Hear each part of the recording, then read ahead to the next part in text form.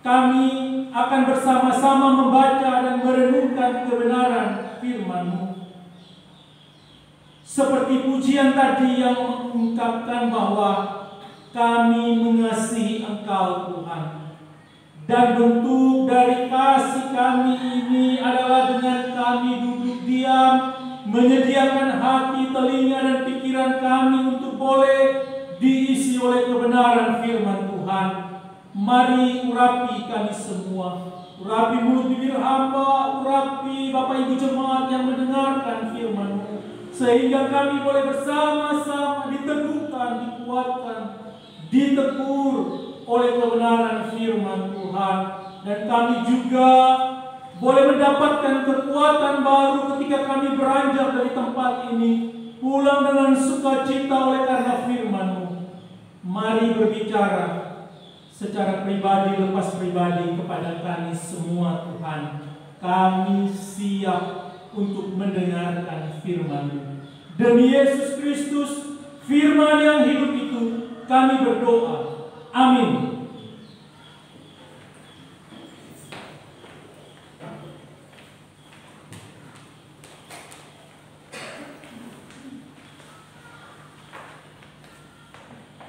Baik, shalom. Selamat pagi Bapak Ibu. Selamat pagi. Bagaimana kabarnya? Puji Tuhan, semua dalam keadaan sehat tanpa kekurangan suatu apapun. Walaupun mungkin ada yang sakit ya, percayalah bahwa Tuhan sedang menjamah dan menyembuhkan, baik yang di rumah atau yang sedang duduk bersama-sama dengan kita untuk beribadah dan mendengarkan firman Tuhan. Pagi ini Tuhan menyembuhkan Bapak Ibu sekalian. Mari kita bersama-sama mempersiapkan bagian firman Tuhan dari Injil Yohanes pasal 1 ayat 19 sampai 28 di dalam Minggu Advent yang kedua ini. Injil Yohanes pasal 1 ayat 19 sampai dengan ayatnya yang ke-28.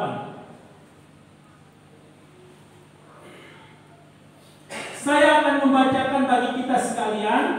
Bapak Ibu jemaat bisa melihat di Alkitabnya atau mendengarkan.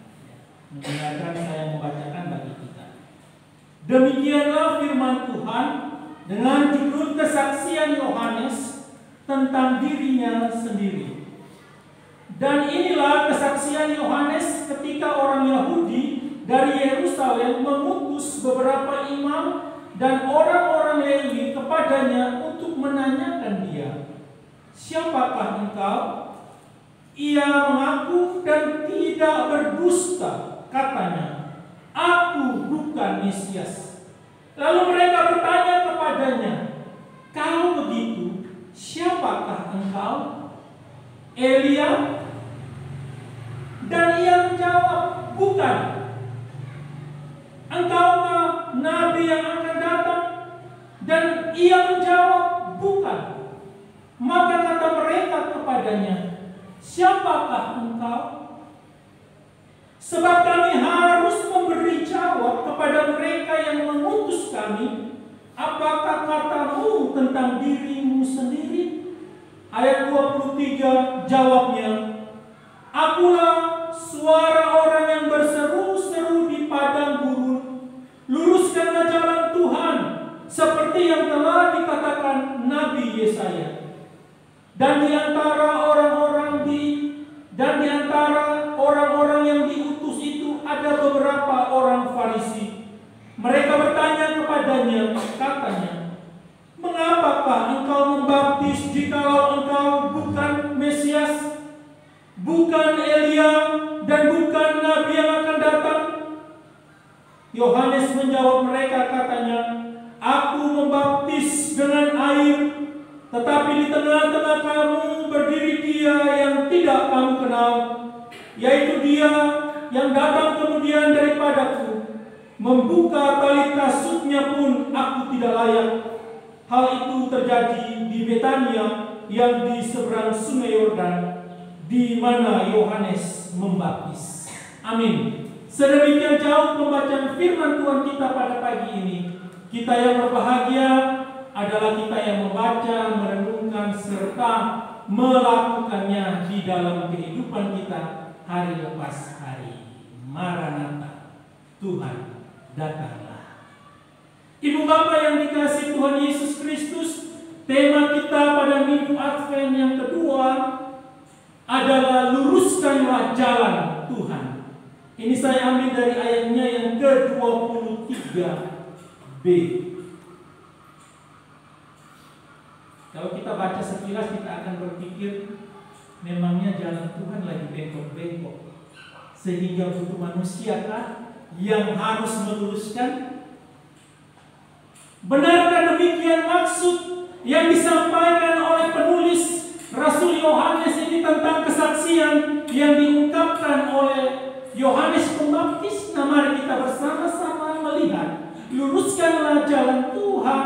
Apa yang dimaksudkan oleh Yohanes Pembaptis dalam nats pembimbing yang tadi dibacakan dalam Lukas pasal 3 ayat 4, seperti ada tertulis dalam kitab nubuat Yesaya, ada suara yang berseru-seru di padang gurun, persiapkanlah jalan untuk Tuhan, luruskanlah jalan baginya. Yang saya garis bawahi katakan, persiapkanlah jalan untuk Tuhan, luruskanlah jalan baginya. Minta tolong masker buat basi.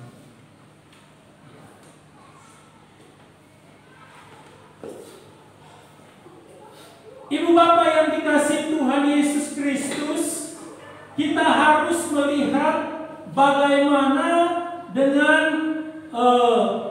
apa yang dimaksud dari teks yang kita baca tadi, baik dalam Yohanes, Injil maupun Injil Lukas. Persiapkanlah jalan untuk Tuhan, luruskanlah jalan baginya. Tapi sebelumnya mari kita melihat beberapa dasar supaya kita dapat mengetahui arti nama Yohanes itu. Nah, Yohanes pada umumnya namanya Yohanes, artinya pasti adalah Tuhan itu baik atau Tuhan penuh kasih. Nah, Yohanes Pembaptis ini beda dengan Yohanes yang adalah Rasul Yesus Kristus. Jadi kalau kita baca tadi kesaksian Yohanes tentang dirinya sendiri, kita harus berkesimpulan bahwa ini tidak berbicara tentang kesaksian Rasul Yohanes, tidak.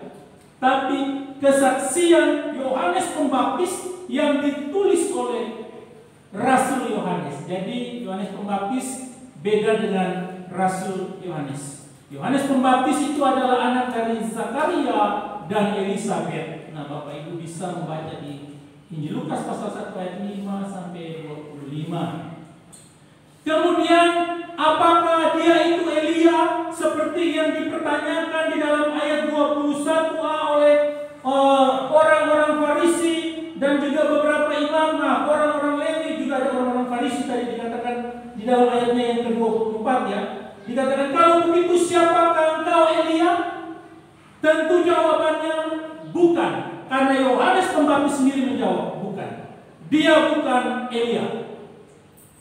Dan menariknya bahwa apa yang disampaikan oleh Yohanes Pembaptis di dalam pengakuannya, di dalam pelayanannya, dan apa yang dituliskan oleh Rasul Yohanes adalah berbicara tentang yang sudah dinubuatkan Nabi Meleaki.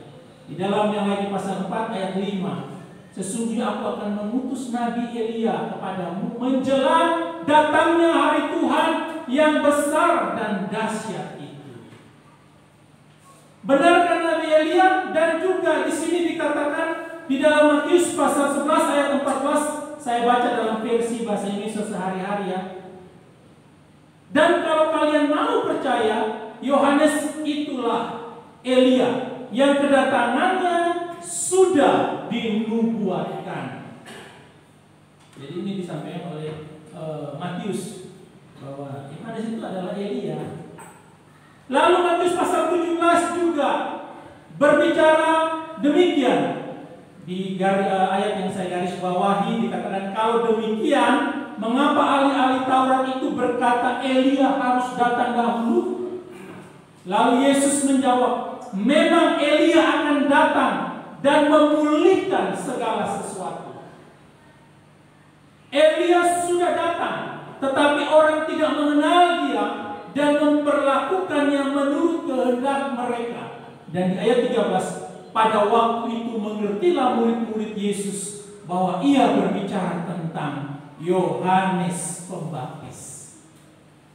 Walaupun dia menyinggung dari apa yang disampaikan oleh Maleaki, bahwa Elia akan datang duluan. Nah, lalu pertanyaannya, kalau begitu inkarnasi?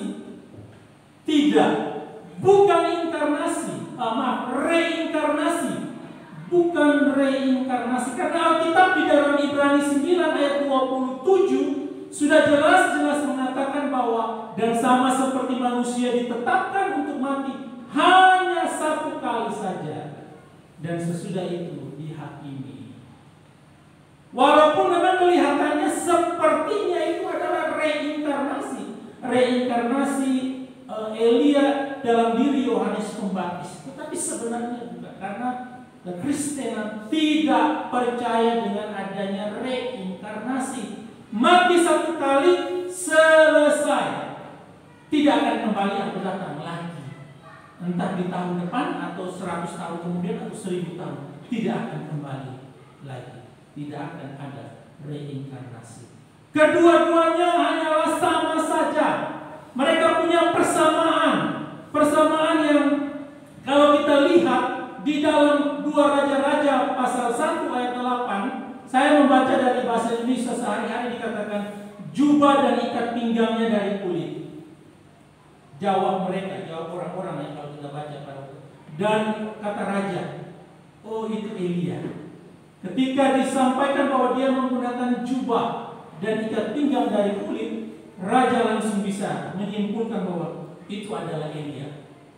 Di dalam Injil Matius 3 ayat 4 juga menyampaikan Yohanes memakai jubah bulu unta dan ikat pinggang kulit. Jadi sama-sama menggunakan bahan dari kulit, walaupun tidak disebut makanannya dan madu hutan sebagai minumannya, tidak. Tapi persamaannya adalah menggunakan pakaian dari kulit. Elia juga, Yohanes juga. Kemudian semangat mereka di dalam memberitakan kebenaran. Semangat mereka di dalam memberitakan Injil. Coba lihat kata-kata Yohanes Pembaptis di dalam Injil Matius pasal 3 ayat 7. Saya baca dalam versi Alkitab yang firman Allah yang hidup. Tetapi ketika dilihatnya banyak orang Farisi dan Saduki datang untuk dibaptis, ia menegur mereka secara belak-belakan. Hai anak-anak ular, katanya, siapa yang mengatakan bahwa kalian dapat terlepas dari muka Allah yang akan datang? Ternyata Yohanes tidak mau menutupi apa yang sedang diperbuat oleh orang-orang Farisi dan orang-orang Saduki, atau apa yang sudah diperbuat. Mereka datang kepadanya dengan motivasi yang tidak baik, tidak benar. Lalu dia bisa mengatakan, hai engkau anak-anak, hai anak-anak ular. Atau kalau di versi terjemahan baru, hai engkau keturunan ular beludak. Bayangkan saja kalau saya nyampaikan itu kepada Bapak Ibu jemaat. Hai ular, karena saya baca pikiran Bapak Ibu kan.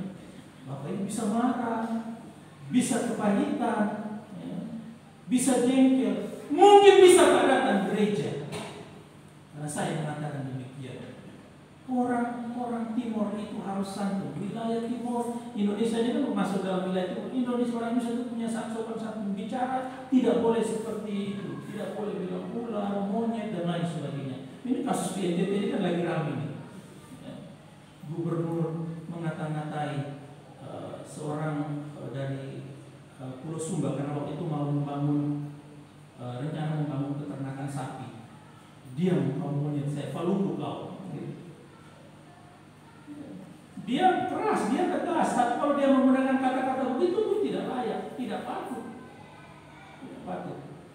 Tidak patut. Tapi kalau di sana di Yahudi dia akan bicara itu. Kalau kau tidak sopan, kalau kau datang dengan kejahatan di dalam pikiran dan hatimu, pasti akan diingatkan sedemikian.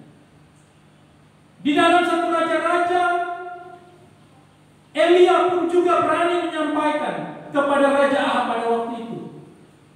Dalam bahasa Indonesia sehari-hari dikatakan, saya bukan pengacau, sahut Elia, tetapi baginda sendiri, tetapi raja sendirilah. Baginda dan keluarga baginda lah yang mengacau. Raja dan keluarga raja lah yang mengacau dengan menyembah berhala-berhala Baal. Baginda melanggar perintah-perintah Tuhan. Bayangkan, disampaikan bahwa kamu yang mengacau, bukan saya. Kamu dan keluargamu yang mengacau. Jadi kalau ada di dalam gereja, Bapak Ibu harus berani menegur. Kamu yang kacaukan gereja, kamu yang buat gereja ini berpecah belah, kamu yang mengadu domba, kamu yang melakukan kejahatan-kejahatan, dan kamu dan keluargamu itu. Apalagi kalau ditambah keturunan PKI, kamu itu tambah marah, tambah jengkel yang mendengarkan. Padahal benar, ya kan? Padahal benar. Dialah yang mengacau. Ini berbicara tentang raja. Jadi kalau Bapak Ibu diingatkan, ditegur oleh Tuhan melalui firman-Nya, kau ular beludak, kau sesat, dan lain sebagainya, kita harus dengan rendah hati menerima. Saya ditegur, benar-benar bahwa firman menegur saya. Tidak boleh jengkel, tidak boleh marah, tidak boleh kepahitan, karena yang disampaikan itu benar. Kecuali kalau tidak benar. Kalau tidak benar, harus berani meluruskan. Berjumpa, sampaikan, kau bicara tentang saya tidak benar. Harus berani. Jangan diam saja. Oh, nanti juga hilang sendiri. Ya, hilang sendiri, tapi suatu saat dia akan muncul lagi. Karena itulah maka Lukas juga mengatakan sekali lagi bahwa Yohanes Pembaptis berjalan mendahului Tuhan dalam roh dan kuasa Elia. Artinya semangatnya, dia mendahului, mempersiapkan atau meluruskan jalan bagi Tuhan. Jadi ibu bapak yang dikasihi Tuhan, Elia bukan Yohanes dan Yohanes juga bukan Elia. Elia tidak mungkin reinkarnasi menjadi Yohanes. Mereka hanyalah sama di dalam tadi-tadi. Pakaian yang mereka gunakan dan semangat mereka memberitakan kebenaran tanpa rasa takut. Tidak takut mau ditolak silakan, mau dibenci silakan. Yang penting kebenaran harus disampaikan. Nah, ibu bapak yang dikasihi Tuhan, ada lagi bahwa di dalam ayatnya yang ke-19 sampai 20 dalam versi versi Alkitab yang firman Allah yang hidup, dikatakan para pemimpin Yahudi mengutus para imam dan imam pembantu dari Yerusalem untuk bertanya kepada Yohanes, apakah dia Mesias? Nah, ternyata selain mereka menduga dia adalah Elia, mereka juga menduga dia itu juga adalah Mesias. Tetapi Yohanes menjawab dengan jujur. Sini dikatakan, ia mengaku dan tidak berdusta. Aku bukan Mesias. Aku bukan Kristus atau Kristus sama ya. Itu dalam bahasa Yunani Kristus, dalam bahasanya Ibrani itu ditulis Mesias. Sama-sama artinya yang diurapi. Yang diurapi. Jadi dia menyampaikan dengan jujur. Kalau kita disangka orang besar itu, wah wajahmu milik artis Korea, ya Pak Masya. Oh iya saya pasti bangga ya. Dia lagi menipu. Saya juga tidak mau kalah. Saya jawab aja iya. Padahal jauh sekali dari artis Korea ya. Warna kulitnya mereka putih, saya hitam. Tapi saya mau supaya saya dibanggakan dan saya tidak mau kelihatan jelek. Ya saya menyampaikan iya, padahal saya berdusta. Bangga atau disamakan dengan orang-orang hebat lainnya. Yohanes Pembaptis tidak mengambil kesempatan ini supaya dia dikatakan dia Mesias, tidak dibunuh. Bisa saja dia nipu kan, iya saya Mesias. Padahal sebenarnya orang-orang Yahudi, pemimpin imam-imam ini sudah tahu ketika Yesus dilahirkan itu orang Majus datang dan Herodes bertanya kan. Mereka membuka kitab dan menyebutnya ada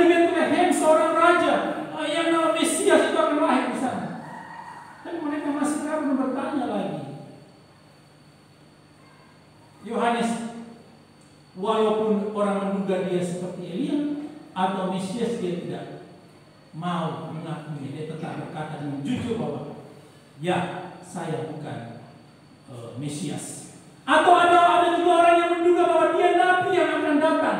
Engkau kan nabi yang akan datang. Itu di dalam Ulangan, saya tidak baca, Bapak Ibu bisa membacakannya di rumah masing-masing, 18 ayat 15 sampai 19. Dia pun juga menjawab, bukan.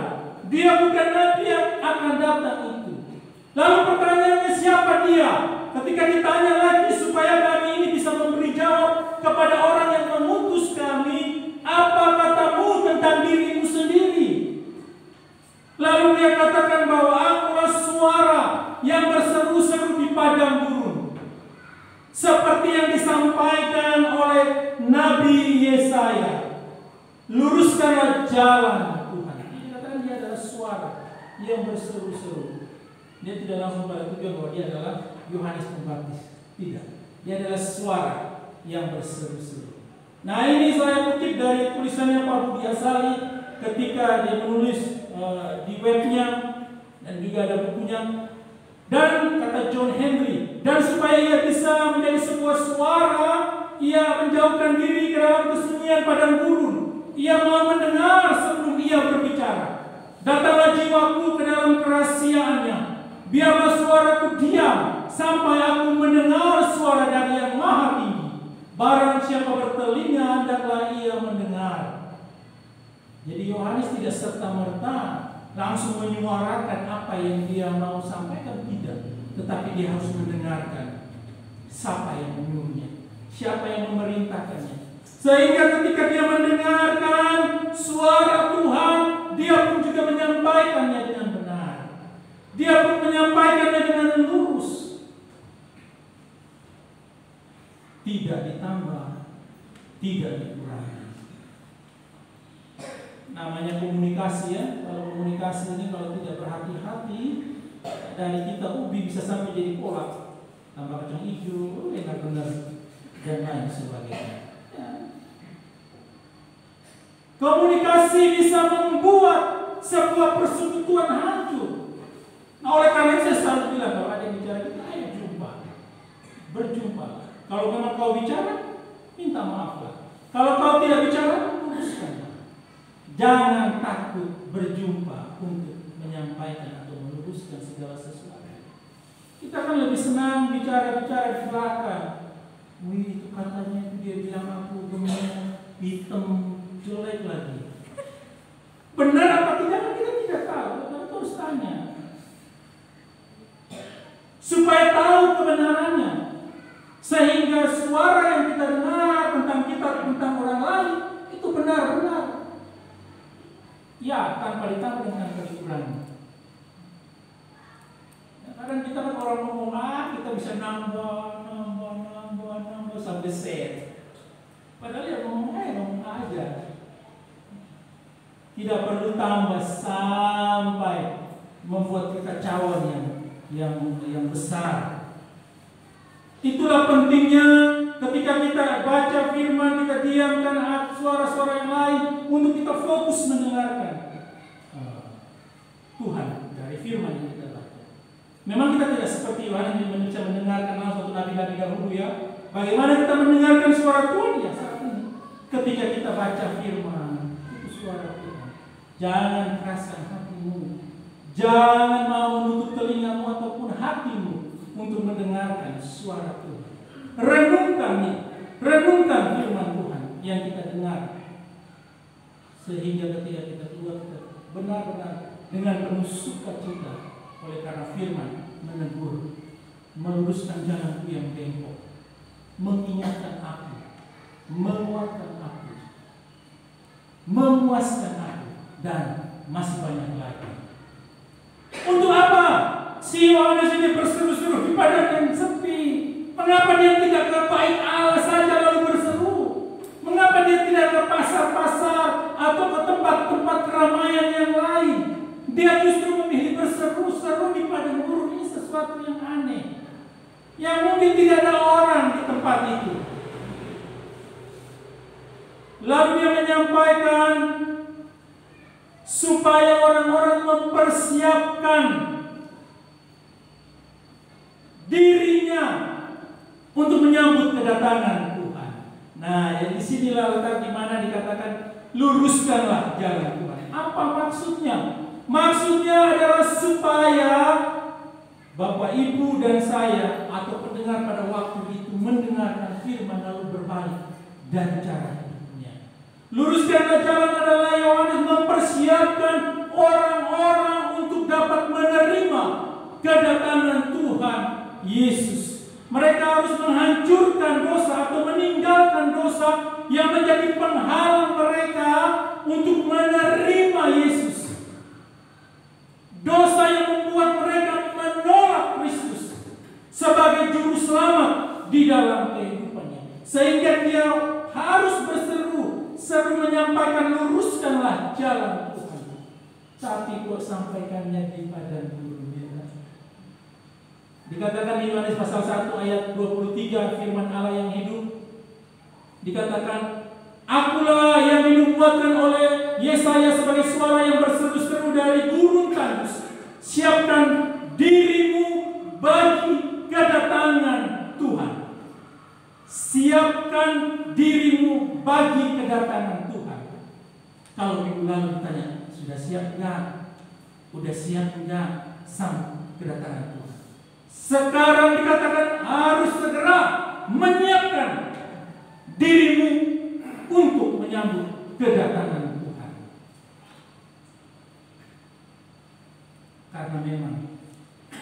Karena memang begitu banyak orang-orang Yahudi pada waktu itu menolak Yesus.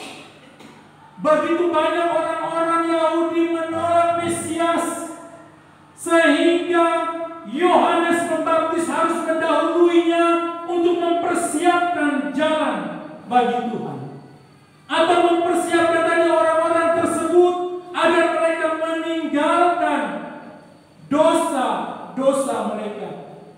Mereka menghancurkan penghalang yang berupa dosa itu, yang sudah membuat mereka menolak Mesias bagi dirinya.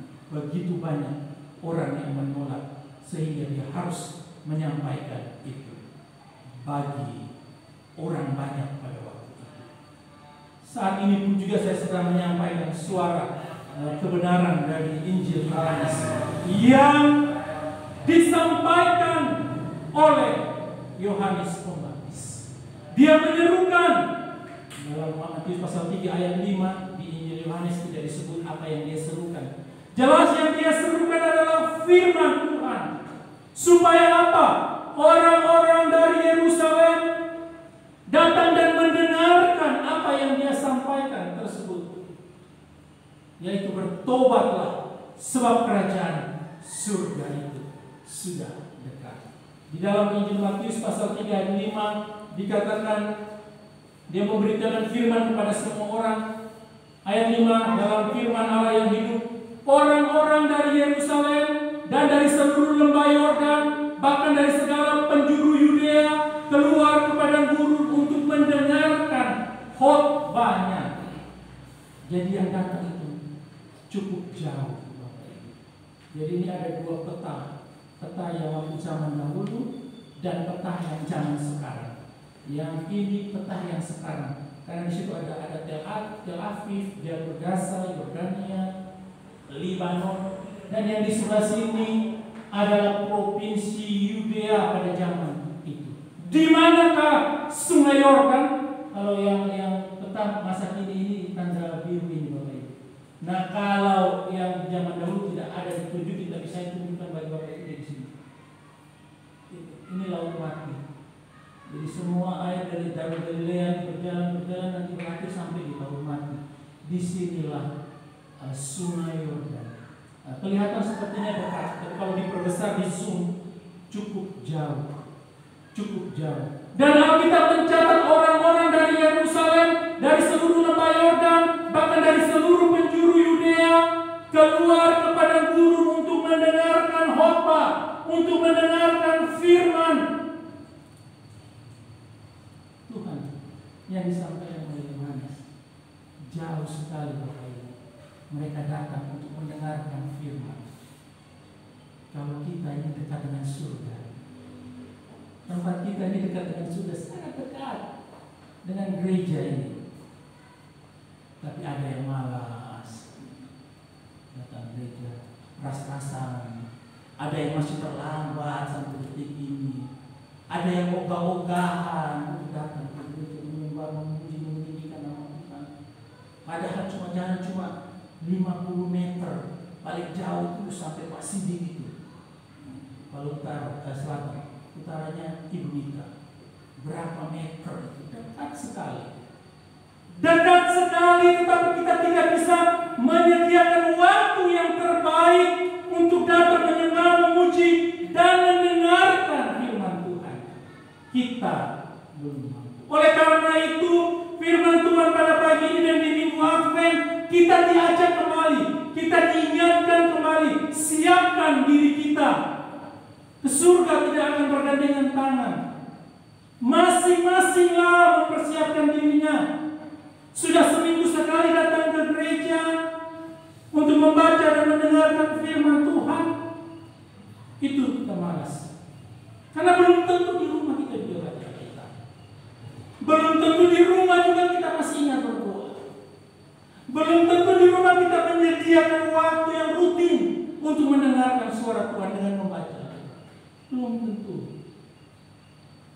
Saya katakan kenapa sangat dekat dengan surga Bapak Ibu. Dekat sekali. Paling dekat. Rumah Tuhan. Rumah Tuhan. Mari kita bersama-sama merenungkan. Iya ya. Cuma 1 minggu saja waktu malas. Tidak setiap hari, apalagi setiap hari Bapak Ibu bisa ngomel. Pak Marcel bisa langsung dimarahi. Oh setiap hari ini kita waktu kita. Tapi kalau ada kegiatan yang lain setiap hari, siap, semangat untuk dengar firman Tuhan setiap hari, Bapak Ibu bisa ngomel. Mungkin bisa malas-malasan.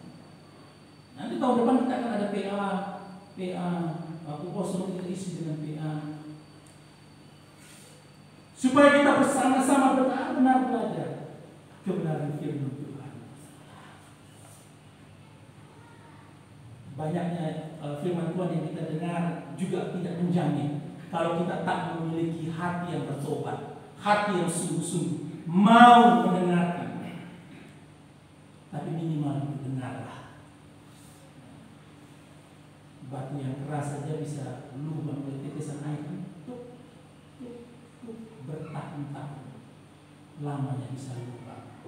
Masa hati Bapak Ibu tidak bisa dilanjutkan oleh Tuhan.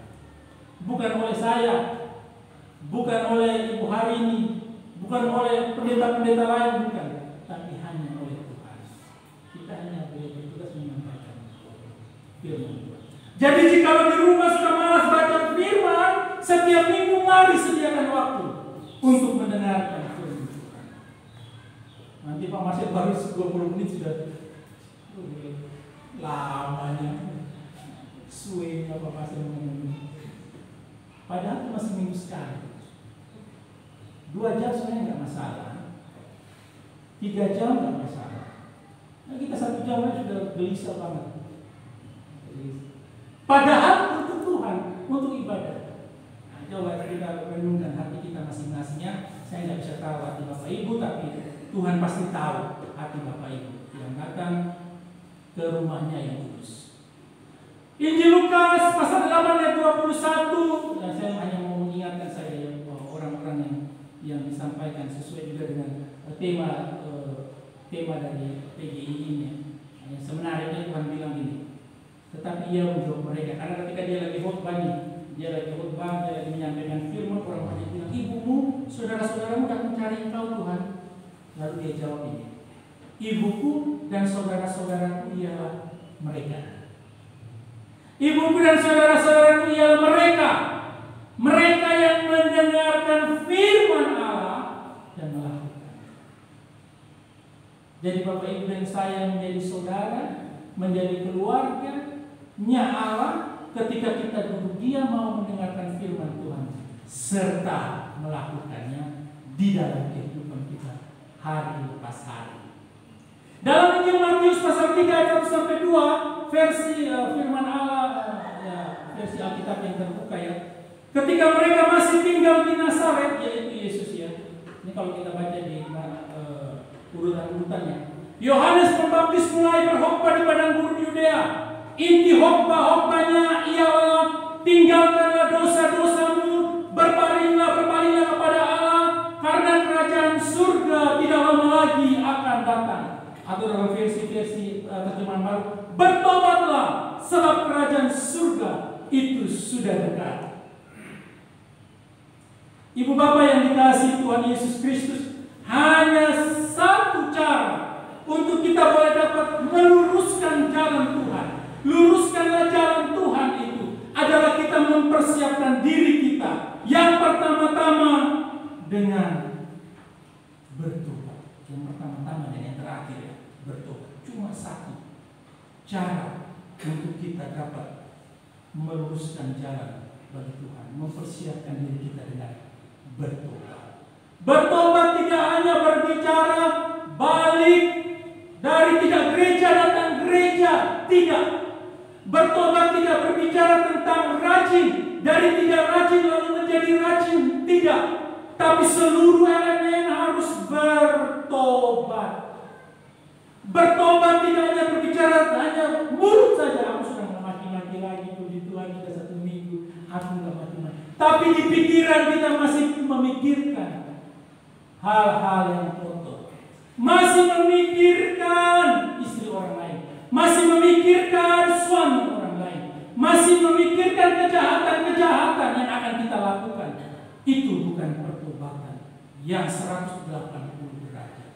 Tetapi pertobatan harus sungguh-sungguh mencakup semua pikiran, perasaan, kehendak. Tidak ada yang bilang saya sudah bertobat, sudah datang gereja, atau saya sudah bertobat karena saya sudah dibaptis. Tetapi tidak ada pertobatan dalam perasaan dan juga emosi. Semuanya harus berjalan bersama-sama. Kalau pikiran kita masih rusak dan kotor, minta Tuhan tolong bersihkan pikiran ini. Kalau jalan kita masih bengkok, Tuhan tolong luruskan. Kalau mulut kita masih suka maki-maki, bahkan suka tipu sana, tipu sini, keliling tipu sana, tipu, minta Tuhan bertobat supaya seluruhnya ini bisa benar-benar diberikan hanya untuk Tuhan saja. Jadi pertobatan mencakup semuanya. Karena apa? Karena kerajaan surga sudah dekat. Kerajaan surga bisa berbicara banyak hal. Bisa mencakup apa saja yang saya tulis di sini. Bisa mencakup gereja. Makanya tadi saya bilang Bapak Ibu ini dekat dengan surga. Kerajaan Allah sudah dekat, kerajaan surga sudah dekat. Kalau itu berbicara, kalau saya bicara tentang gereja secara bangunan seperti ini, maka Bapak Ibu yang paling dekat dengan surga. Sudah sangat dekat sekali dengan kerajaan surga. Karena tidak jauh untuk datang ke kerajaan Allah, ya kan? Sudah sangat dekat. Bisa juga kerajaan surga ini berbicara tentang keselamatan yang kita terima secara sempurna dari Allah. Itu sudah datang bagi hidup kita. Juga bisa berbicara tentang pemerintahan Allah datang kedua kali menjadi raja di atas segala raja. Juga bisa berbicara mengenai semua elemen yang sudah ditebus. Kerajaan surga sudah dekat. Oleh karena itu, mari kita bertobat, mempersiapkan jalan untuk Tuhan. Luruskanlah jalan Tuhan itu dengan kita mempersiapkan diri, bukan orang lain. Jangan sampai salah. Kita terlalu sibuk melihat orang lain punya. Kapan dia salah ya, ku tegur. Kapan dia salah ya, ku omongin dia. Tidak. Jangan sampai kita sepanjang hidup kita sibuk hanya melihat kesalahan orang lain, dosa orang lain. Kita lupa dengan diri kita. Kita lupa dengan dosa-dosa kita. Kita lupa mempersiapkan diri kita. Waktu Bapak Ibu akan habis dengan hanya lihat nanti kesalahan orang, kesalahan pengurus, kekurangan gembala, dosa-dosa orang lain. Bapak Ibu lupa bahwa Bapak Ibu juga berdosa. Capek? Enggak. Capek atau enggak mengurusi orang lain. Diri sendiri saja kita sudah susah. Tidak mengurus ya, bukan menguruskan. Mengurusi. Makanya sering ada anekdot lucu ya. Jangan cuma mengurusi hidupku, mengurusi juga makan minumku, pakaianku, uangku, semua gitu kan. Seperti tadi orang kesel kan, karena orang lain sibuk mengurusi dirinya, tapi dia tidak lihat dirinya sendiri. Menunjuknya kan sudah satu ke depan, tapi banyak yang ke belakang. Itu menjadi introspeksi diri kita. Sehingga kita tahu mempersiapkan diri kita masing-masing. Jadi bukan kita mempersiapkan orang lain. Saya menyampaikan firman, saya juga harus menyiapkan diri saya. Supaya jangan sampai saya menyampaikan lalu saya terhilang. Capek kalau mengurusi, Bapak Ibu mengurusi semua makan, minum, dosa itu. Lelah, lebih baik kita lihat diri kita masing-masing dan kita mempersiapkan diri kita masing-masing. Jauh lebih elok, jauh lebih elegan, jauh lebih luar biasa ketimbang kita sibuk mengurusi orang lain, apalagi mengurusi dosanya orang lain. Ingat, dosa kita ini hanya berbeda saja. Dia sudah ketahuan, kita belum ketahuan. Atau kita sudah ketahuan, dia belum ketahuan. Jadi jangan pernah repot mengurusi jalannya orang yang bengkok. Uruslah juga jalanmu yang mungkin juga bengkok. Tapi saya katakan bahwa menegur, mengingatkan, menasehati, iya. Harus ketika kita melihat ada pelanggaran. Seperti Yohanes, seperti Elia. Menegur, mengingatkan, stop sampai di sini. Jangan mengurusi semuanya lagi. Bapak Ibu saya, Bapak Ibu sudah punya banyak persoalan di rumahnya masing-masing. Gak usah urusi orang lain lagi. Uruslah diri sendiri. Itu secara jasmani, secara rohani bagaimana? Persiapkanlah diri Bapak Ibu untuk menyambut kedatangan. Luruskanlah jalan kita masing-masing. Matius 3 ayat 2 mengatakan, ini kerajaan surga itu akan datang. Dalam Injil Matius 12 juga ayat 28, kerajaan surga itu sudah datang. Dalam Injil Matius pasal 25 ayat 34, 26 ayat 9 juga bicara kerajaan surga akan datangnya. Ini artinya bahwa dulu, sekarang, dan nanti sampai selama-lamanya itu mempunyai fungsi bahwa kerajaan surga itu mempunyai sifat yang sekarang dan yang akan datang. Jadi kalau dikatakan kerajaan Allah sudah dekat pada zaman Yohanes Pembaptis, sudah dekat dengan yang saya sebutkan. Bisa berbicara tentang gereja, bisa berbicara tentang pertobatan, bisa berbicara tentang semua orang yang bertobat. Zaman sekarang bisa banyak berbicara tentang kerajaan Allah itu sudah. Nanti yang akan datang setelah kita tak ada, juga ada konteksnya masing-masing kerajaan Allah. Tapi yang jelas ketika dia datang untuk kedua kalinya, maka semuanya sudah selesai. Kerajaan Allah benar-benar datang di tengah-tengah kita, dan dia memerintah sebagai raja di atas segala raja. Sudahkah kita mempersiapkan diri kita? Karena kerajaan surga itu sudah ada waktu Yesus hidup. Dia juga terus berkembang sampai nanti pada kedatangan dia yang kedua kalinya. Oleh karena itu mari luruskanlah jalan Tuhan, atau siapkanlah diri untuk menyambut kedatangannya.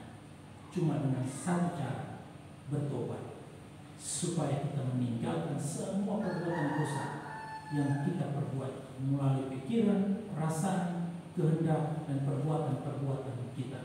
Kiranya Tuhan memampukan kita masing-masing untuk boleh dapat mempersiapkan diri kita menyambut kedatangan Tuhan Yesus yang kedua kalinya. Maranatha. Amin. Mari kita berdoa. Terima kasih Bapa di surga, kami bersyukur akan kebenaran firman Tuhan yang kembali mengingatkan kami, bahkan menegur kami Tuhan, untuk kami sungguh-sungguh percaya kepada kepada Tuhan, sungguh-sungguh bertobat dan mempersiapkan diri kami untuk menerima Engkau kembali sebagai Tuhan dan Juru Selamat pribadi kami masing-masing. Tuhan tolonglah kami, Tuhan mampukan kami semua. Terima kasih Bapa di surga, kiranya semua jemaat dan kami semua yang hadir pada pagi ini boleh diberkati oleh firman Tuhan dan pulang dengan penuh sukacita oleh karena kebenaran firman. Firman boleh terus mengoreksi kami agar kami terus memperbaiki hidup kami masing-masing, sehingga ketika Engkau datang kedua kali, Engkau mendapati kami tetap beriman dan setia hanya kepada Engkau. Terpujilah nama-Mu Bapa, demi Yesus Kristus kami berdoa. Amin.